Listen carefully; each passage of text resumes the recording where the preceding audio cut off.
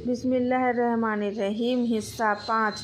دادا اور والدہ کی وفات، پرورش، انتقال، وفات، وصیت، تربیت۔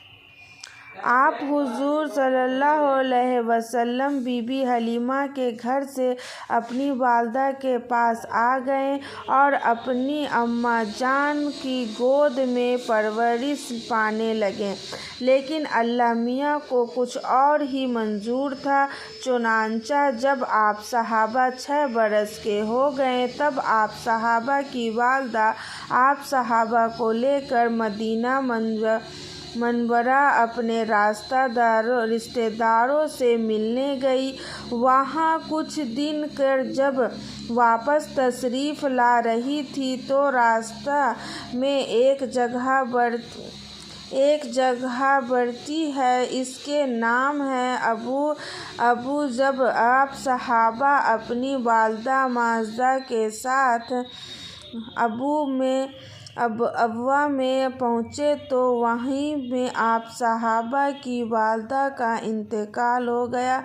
بچوں، تمہیں یاد ہوگا کہ حضور صلی اللہ علیہ وسلم کے پیدا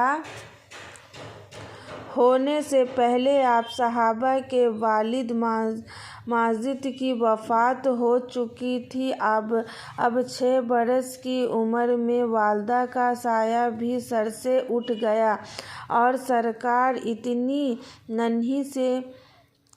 ننھی سی میں بن ماں باپ کے ہو گئیں۔ آپ صحابہ کے ساتھ سفر میں آپ صحابہ کی بیٹی ام ایمن بھی تھی۔ وہ آپ صحابہ کو اپنے ساتھ مکہ معظمہ لے آئیں اور آپ صحابہ کے دادا عبداللہ مطلب کہ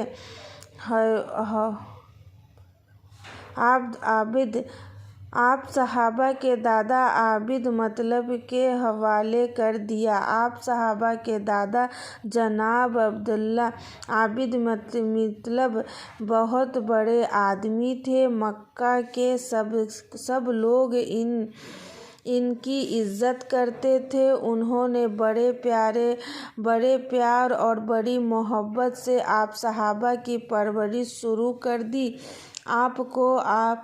ان کو آپ صحابہ سے بڑی محبت تھی اور آپ صحابہ بھی دادا سے بہت محبت کرتے تھے، مگر اللہ میاں نے یہ پسند نہ کیا کہ اس کا رسول آدمیوں کے ہاتھوں سے پرورش پائے، اور لوگ یہ کہیں کہ فلاں کی پرورش نے محمد کو اس قابل کر دیا۔